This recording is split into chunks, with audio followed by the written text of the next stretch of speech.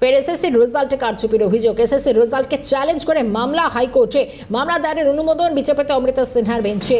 আজ শুনানির সম্ভাবনা। এসএসসির রেজাল্টে ফের কারচুপির অভিযোগ এবং সরকারি স্কুলে পার্ট টাইম শিক্ষককে দেওয়া হয়নি 10 নম্বর, অথচ অন্য ক্যান্ডিডেটদের দেওয়া হয়েছে 10 নম্বর। এই অভিযোগে কলকাতা হাইকোর্টের দৃষ্টি আকর্ষণ। আজ মামলার শুনানি সম্ভাবনা। অভিরূপা হাজরা রয়েছেন আমাদের প্রতিনিধি। অভিরূপা, একের পর এক অমৃতা সিনহার বেঞ্চে এই এসএসসি নিয়ে একটি মামলা রয়েছে। যে ইন্টারভিউ লিস্ট, সেই লিস্টকে চ্যালেঞ্জ করে কলকাতা হাইকোর্টে একাধিক মামলা রুজু হয়েছে। কেউ বা মামলা রুজু করেছেন অতিরিক্ত 10 নম্বর পাওয়া নিয়ে। অন্যান্য সরকারি দপ্তরের যারা কর্মচারী যারা এই পরীক্ষায় অংশগ্রহণ করেছিলেন তাদেরকে 10 নম্বর দেওয়ার পরেও দেওয়া থাকলেও কিছু নব্য পরীক্ষার্থী যাদের এই 5 বছর সরকারি স্কুলের অভিজ্ঞতা থাকা সত্ত্বেও তাদেরকে দেওয়া হয়নি।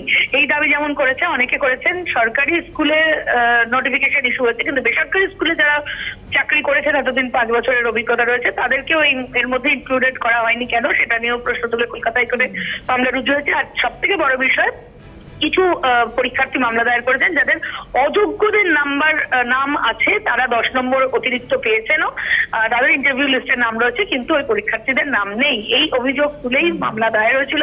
সুপ্রিম কোর্টের অথরিটি নির্দেশ রয়েছে অযোগ্যরা এই পরীক্ষায় বসতে পারবেন না, তাহলে কি করে অযোগ্যরা এই পরীক্ষায় বসলো?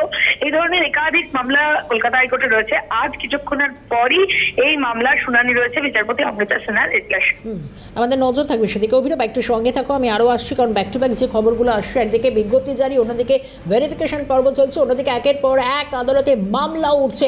আর এসএসসির রেজাল্ট বিতর্কে ফের আদালতে মামলা। সরকারি শিক্ষকদের অভিজ্ঞতার জন্য যে বাড়তি 10 নম্বর ধার্য, তাহলে বেসরকারি স্কুলের শিক্ষকরা কেন পাবেন না সেই 10 নম্বর? এই প্রশ্ন তুলেও আবারও একটি মামলা দায়ের কলকাতা হাইকোর্টে। 28 নভেম্বর বিচারপতি অমৃতা সিনহার এজলাসে শুনানি সম্ভাবনা। অভিরূপা থেকে জানবো, অভিরূপা, আবারও একটি মামলা। এই যে মামলাটি দায়ের করা হয়েছে তাতে আবেদনকারীর দাবি যে নোটিফিকেশন ইস্যু করেছিল এসএসসি যে সরকারি স্কুলে 5 বছর শিক্ষকতার অভিজ্ঞতা থাকলে সেখানে অতিরিক্ত 10 নম্বর সেই ক্যান্ডিডেট পরীক্ষার ক্ষেত্রে পাবেন। কিন্তু এক্ষেত্রে দেখা যাচ্ছে যারা সরকার প্রদত্ত বেসরকারি স্কুল বা শুধু বেসরকারি স্কুল, এরকম অনেক স্কুল রয়েছে যেখানে তারা এই 5 বছরের অভিজ্ঞতা সম্পন্ন ক্যান্ডিডেট রয়েছে। তাহলে তাদেরকে কি স্কুল বলে মনে করা হয় না, না তাদের শিক্ষকতাকে শিক্ষকতা বলে মনে করা হয় না? সেই বিষয়টাকে চ্যালেঞ্জ করে কলকাতা হাইকোর্টে মামলা রুজু হয়েছে। বিচারপতি অমৃতা সিনহা এই মামলা গ্রহণ করেছেন। আগামী 28 তারিখে এই মামলার শুনানির সম্ভাবনা।